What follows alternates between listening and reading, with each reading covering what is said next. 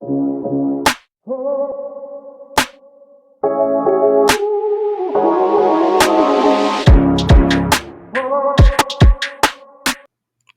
everyone, it's Jax again from the Popcorn Review Podcast. Today's gonna be my episode 33, AEW Summer Blockbuster. So I'm not gonna lie to you, with that title, Summer Blockbuster, I expected maybe them to like introduce a movie or possibly talk about an upcoming show. At least I didn't see that on my end. If you guys did, please let me know in the comments, but I didn't see that. I think it would have made sense for them to promote some type of movie that's coming out. Um, I know it's kind of hard because they probably want to promote MJF in that new movie with Adam Sandler, Happy Gilmore too. But it is on Netflix, so with their competitors, so I can understand why they don't talk about it. But they should be talking about some type of movie with that title. But you know, you do have the beginning there. You have Swerve and Will Ospreay too. This match was pretty much showing respect between those two guys. How it started. You did have Will go for the shake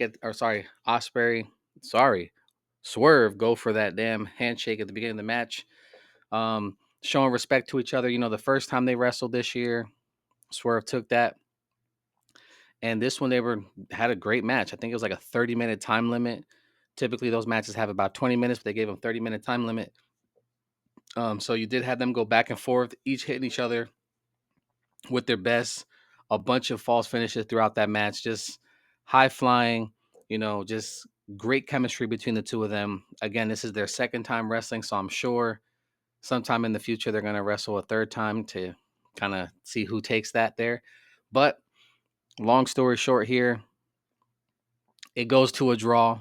The crowd is absolutely hating it, but I understand why they went that route, because by both of them not losing, they both have a tie. So if it comes down to, let's say, their records to see who's the number one contender, they could probably have like Will Ospreay versus Swerve 3 to see who's the number one contender. So I can see why they did that. They didn't want to have their two of their biggest baby faces look weak or lose a match before something like this. So it makes a lot of sense. But to be honest with you, as the crowd's booing, you have the Death Riders music hit. They kind of surround the ring there.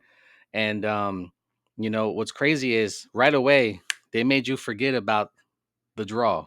At least in my opinion, the draw was out of my mind. I wasn't thinking about that. I'm thinking about Swerving Ospreay about to get their ass whooped by the Death Riders.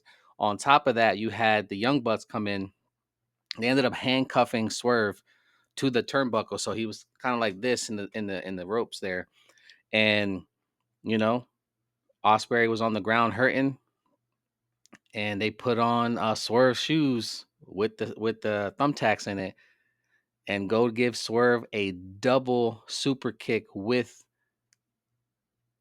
the spikes there, or the thumbtacks, and Ospreay actually takes the bullet for him.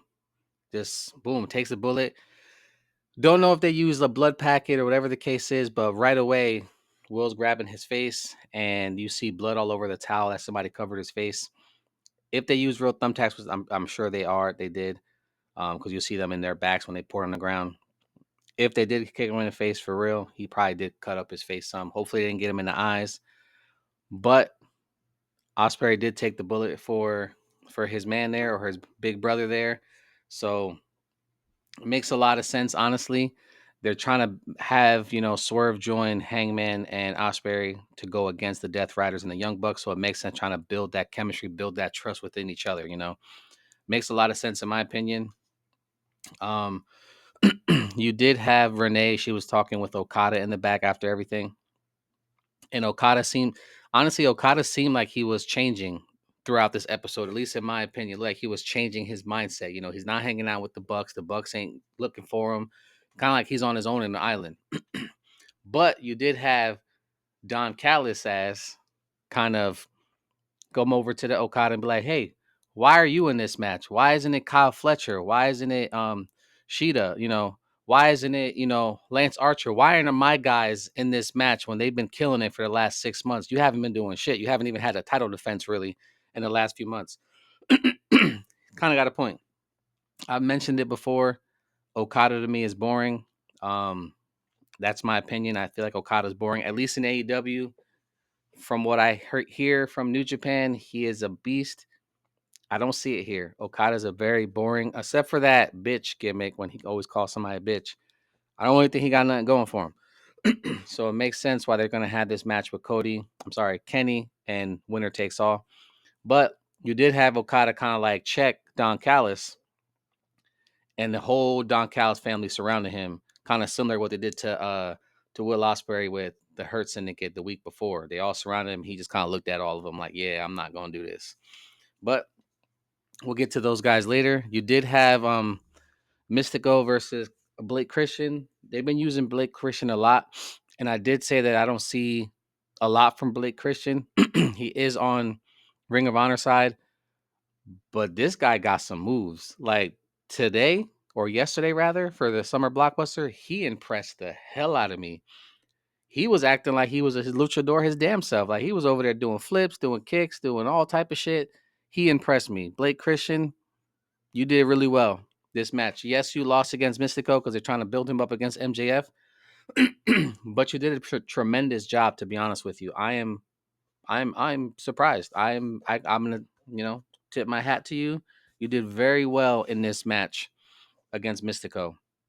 Long story short, though, well, actually, I'll say that these guys doing these Spanish flies every time, that move is insane to me. Mystico did that shit off the top rope to Blake Christian. I know a lot of guys are like, oh, that is what it is. I don't know how the hell they do that, to be honest with you, because to me, it's like your head got to hit the floor practicing that at some point. You must have hit the floor at least once or twice just practicing that move. But Mystico does win that match with the Spanish fly off the top rope. He is kind of interrupted with MJF and the Hurt Syndicate. MJF's finally wearing the Hurt Syndicate colors. He's wearing yellow and black. Lately, he was coming out in his own attire, maybe with a different color shirt or something, but he is rocking the colors now. So they do come out for their match, but they kind of interrupt the celebration of Mystico. MJF keeps talking shit to him, pretty much say, hey, I'm going to bring back out the red, white, and blue. And honestly, I didn't like this idea personally. With all that's going on in the world right now, we kind of didn't need this. You could have just had MJF a heel versus a Mexican wrestler and called it a day. I get what they're doing, but everything that's going on right now, it didn't need to be done. They dropped the American flag behind it with MJF's face as the stars. That was a lot. I'm surprised that they okayed that shit. Um, but it is what it is. MJF goes to actually beat down on Mystico. Mystico fights off. The Hurt Syndicate surround him, start beating him down. They actually try to pull his mask off, but then his saviors come, or his partners come, I guess. You have Jet Speed, and I think it was Commander, if I'm not mistaken. Um, but they did go out there. They were actually having their next match because they were supposed to have a match. So kind of one segment led to the one match and then led to the other. But looks like the Hurt Syndicate got his back, right, at least as of now. I know I said a lot in my other videos that I feel like they're going to turn on MJF or vice versa. I feel like MJF's going to turn on them. But I will say they look like they got his back. They're looking out for him, like big brother looking out for little brother. So I see it working as of now. Um, you did have that match, like I mentioned, Jet Speed and them versus the Hurt Syndicate. Um, it was really funny to see MJF in his ring attire. At first, he had his shirt on, so I thought he just had his trunks or maybe shorts. He actually ended up pulling off his shirt, and he had his version of MVP's gear from when he used to wrestle, like the singlet, and on the back he has, instead of MVP, he has MJF. So MJF is really kissing the Hurt Syndicate's ass by showing homage to MVP, at least in my opinion. He actually looked pretty straight in that gear, so if he decides to use it going further, I don't see why not. Um, he actually looked pretty buffed up in that outfit, so it is what it is. If he decides to wear MVP's gear, or maybe does something similar, maybe just takes a shirt off, wears some trunks, whatever the case is. But that match there, you almost had the speed guys, Jet Speed and all of them, actually almost win the match. MVP gets off a commentary and kind of like cost them the match. Then you have the Hurt Syndicate win it. Um, but again, goes for the mask, and then you have Mystico come out and kind of save those guys, kind of just paid back for them saving him before. But it is what it is. You are gonna have actually Mystico actually made MJF tap out. So even though there wasn't a match, MJF was tapping out like, nah, I give, I give, I give. So we are gonna see what happens there. Honestly, um, the match is gonna be in Mexico. What is it? Arena Mexico for their Mexico Grand Slam. So I definitely see that possibly having a tap out situation for that match. No titles on the line, of course. MJF doesn't have a title. From what I can see, Mystico doesn't have one either. But it should be a good match. Don't know if they're gonna have an extended time frame because the last 2 weeks have been 4 hours, which has been a lot of wrestling, honestly, on a Wednesday night. Tony Khan, if you're listening, or somebody gets this to you, maybe 3 hours. 4 hours on a weekday is a long ass time, at least for me. I mean, I'm getting up, I'm getting old. Um, by that third hour, I was like, damn, this shit's still going. So I don't mean nothing wrong by that. I'm just saying it was a lot. Like if it's on a weekend, I got 4 hours to spare, 5 if you need it. But damn, 4 hours on a weekday is hard. But you know, I do say that I enjoyed I've enjoyed the last two episodes of AEW, the two little like specials, 4 hours, even though they were long. You gave us a lot of wrestling, so we appreciate that. Um, I will say you had Hangman Adam Page music hit, and earlier in the day, you actually kind of saw the Death Riders kind of like stalking him. So once his music hits, everybody's kind of waiting for him, and out of nowhere, like he gets tossed out.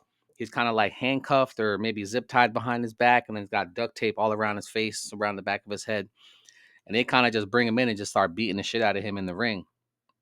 Um, so they just keep pretty much, but it's kind of weird because it looked like Moxley was kind of like telling him like, you need to be the guy to take this belt from me. You need like pretty much what Will Ospreay and everybody else is telling Hangman. It was almost the same thing coming from Moxley. Like you don't want to lose your title, but you're telling this guy like you got to be the best to take it from me. Like you need to be that guy. So it's like he's almost encouraging his own opponent to rise to the occasion. I thought that was weird. At least again, Moxie goes on these crazy ass rants. Sometimes you don't know what the fuck he's talking about. But this was another one of those rants. Like he's telling him, like, "Oh, you got to be the man. You gotta come correct, or you're not gonna beat me if you're not." To me, it sounded like, "Hey, I want to drop the title, so hurry up and beat me." That's how I took it, at least in my opinion. Um, they just keep talking shit to him pretty much. Um, and then he actually gets saved by the ops. The ops come out, they save him. He rips off the duct tape. Again, I think he had zip ties on, but the ops did help him, and he pretty much told those guys like, "Hey, if I find you guys, I'm taking your heads off. Like you guys aren't going to leave." But that is what it is. You did have I might not be going in order, but you did have a bunch of matches. Again, 4 hours. We should have a lot of matches. You had the Beast Mordos versus Bandito. I think that was on the second half of the day. And apparently they weren't even supposed to wrestle. Like it was supposed to be someone else. They either got hurt or couldn't make it. And it was a good match. Like they've been pushing the Beast Mortos hard for the last few months. And I actually like his new mask. His old mask looked like he was just like a monster. Like I get it, Beast Mortos. But this one actually looks pretty cool. It's kind of like a white and gray look finish. Look really nice. His gear looks nice. Think he's supposed to be like a lion or something like that, or like some type of lioness beast. But the white mask looks really nice, and for his size, this dude could do some crazy ass shit. Like sometimes I look at him, I'm like, you got to have like 40 to 50 pounds on some of these guys, and you're running around like you, like you're small. You know what I mean? But he did have a match against Bandito there, and they do really well. These two guys do well together. You can tell they have chemistry.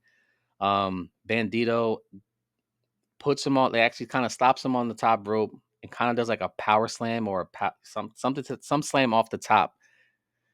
Morto's head almost hit the floor with that kind of like the torque when he tried to slam him, and I thought he was gonna like knock his ass out. He might have been knocked out because after that move, it was 1, 2, 3. He was done.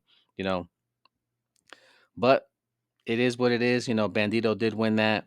Um, he's a Ring of Honor guy. Don't watch Ring of Honor guys, so sorry if I'm not paying too much attention to that match. But they did pretty good. Bandito's really strong, really fast, really agile.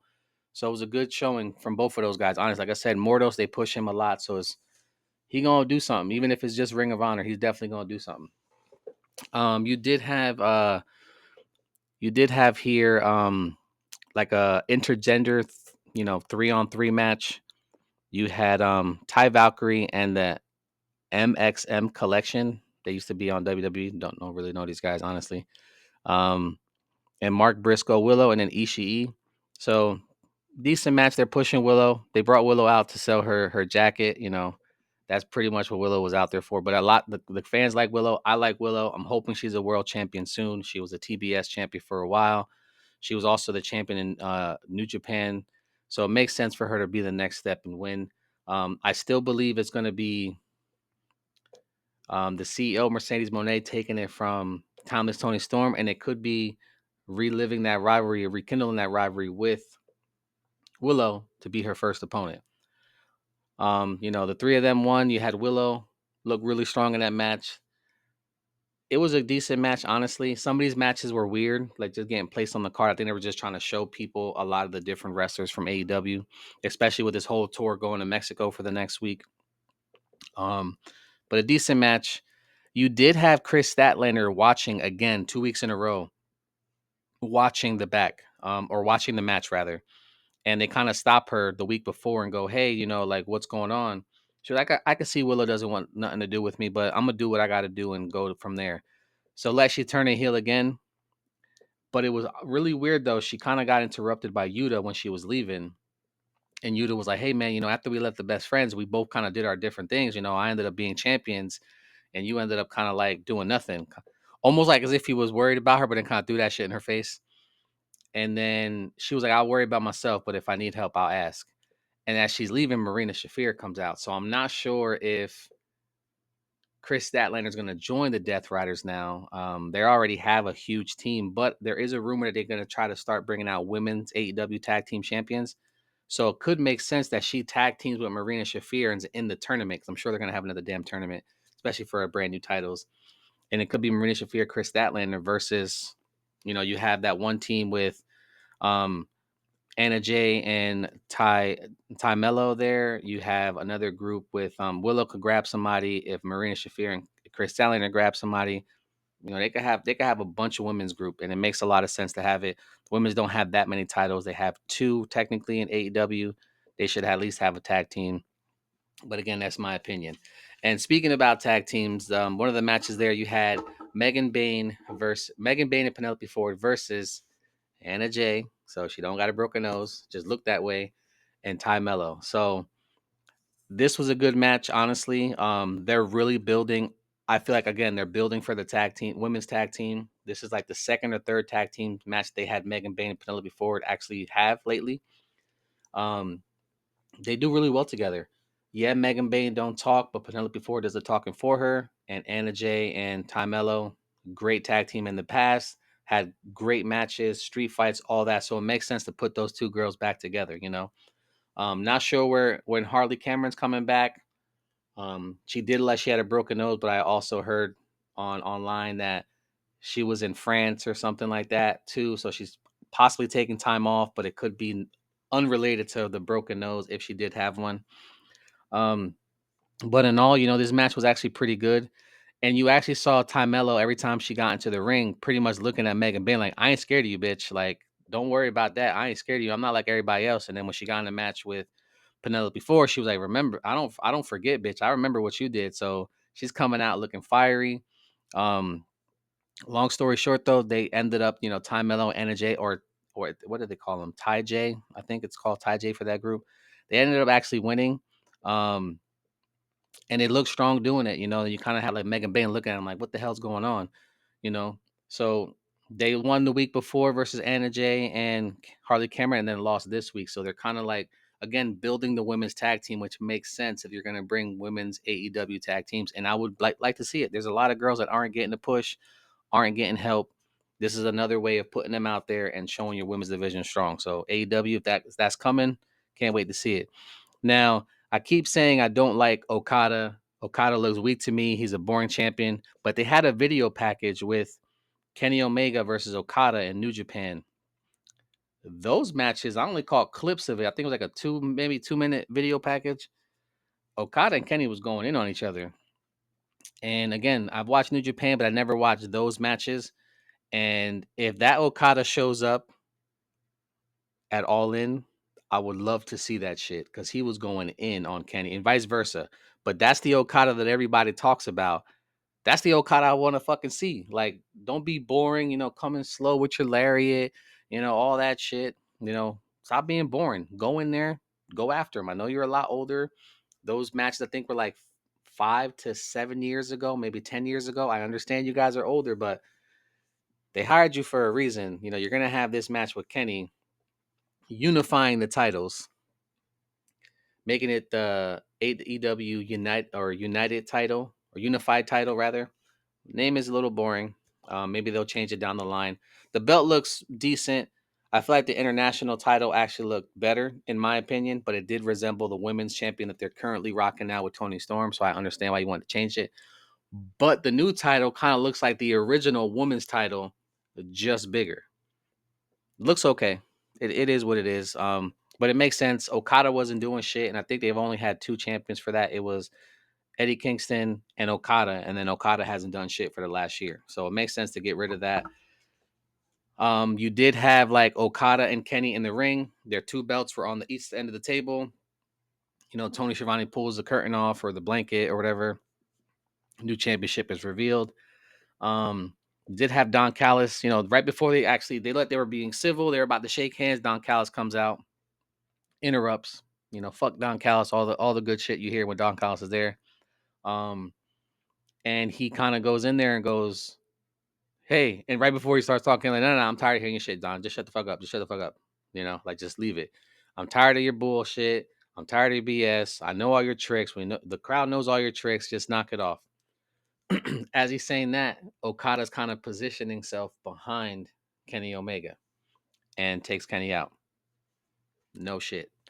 Okada's still a heel, even though you did have that kind of like conversation with the Don Callis family. Okada's a heel.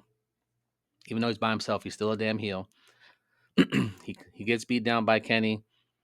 Don Callis gets in the ring and he kind of pulls something out of his pocket. I thought it was a damn, screwdriver again. He pulls out like a police baton. And I'm just like, what the fuck? And they start beating up on Kenny, hitting him in the stomach, all that stuff. And it was just Kenny ends up spitting out blood. Okada does like the elbow drop onto him multiple times, spitting out blood. Apparently, they rushed him to the hospital.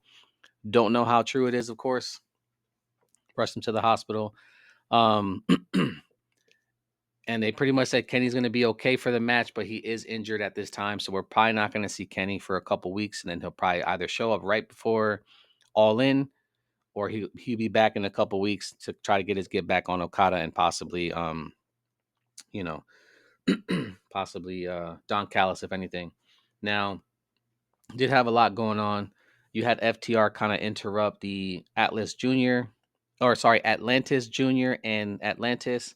So they're going to be a match in I think Mexico for them. I think FTR said that's the only arena they haven't wrestled in, if I'm not mistaken. So they said they're going to wrestle. So going to be father and son versus FTR. Atlantis was actually going after Dax there. Looked pretty good. But it is what it is. They're trying to build up for that pay per view. That was kind of a weak segment, in my opinion. But to go back to what I was mentioning before, you did have, what was it? You did have a segment that Hangman was actually going to go talk to or go check up on a Will Ospreay. And before he got there, Renee kind of stops him and goes talk to him. And as he was doing that, you kind of had the Young Bucks come up. Hey, man, we did that for you, bro. Like, we did that for you. Like, hey, high five. And he was like, yo, I never told y'all to do that shit. I told you guys to stay away from it. We haven't spoken in 6 months. He goes, why would I ask you guys to do this? If I'm going to win the title, I'm going to win it by myself like I did the last time. So don't sit there and say that I did this. I asked y'all to do that because that's not what happened. He was, as a matter of fact, I need y'all to leave Will Ospreay alone and I need you to leave Swerve alone. And everybody just looked at him like, what? He was like, okay. You kept having Prince Nana kind of dipping his head out, listening while everything was going on. And then he goes back inside and the camera follows him. He goes, "Hey, boss, you heard that?" He was like, "Yeah, I heard everything." So I don't know if he heard them say like, "Hey, we did this for you," type of deal, like so for you to win the championship and bring it back to the elite, or he heard the part of leave him alone type of shit, you know? So I don't know what he heard. So maybe this would be the final straw or the final act to have him join Hangman to make sure that title goes be public again and be shown to the fans. But looks like he at least joined Osprey. Hangman is next, I guess, but Hangman did tell the Bucks to leave him alone and leave those guys alone too. So he's building his army to face the Death Riders and the Young Bucks, the founding fathers. So we'll see how it plays out. A lot of happening in the next couple weeks. Can't wait for All In. Can't wait for Mexico Grand Slam, guys. Let me know what you guys think. Have a great one.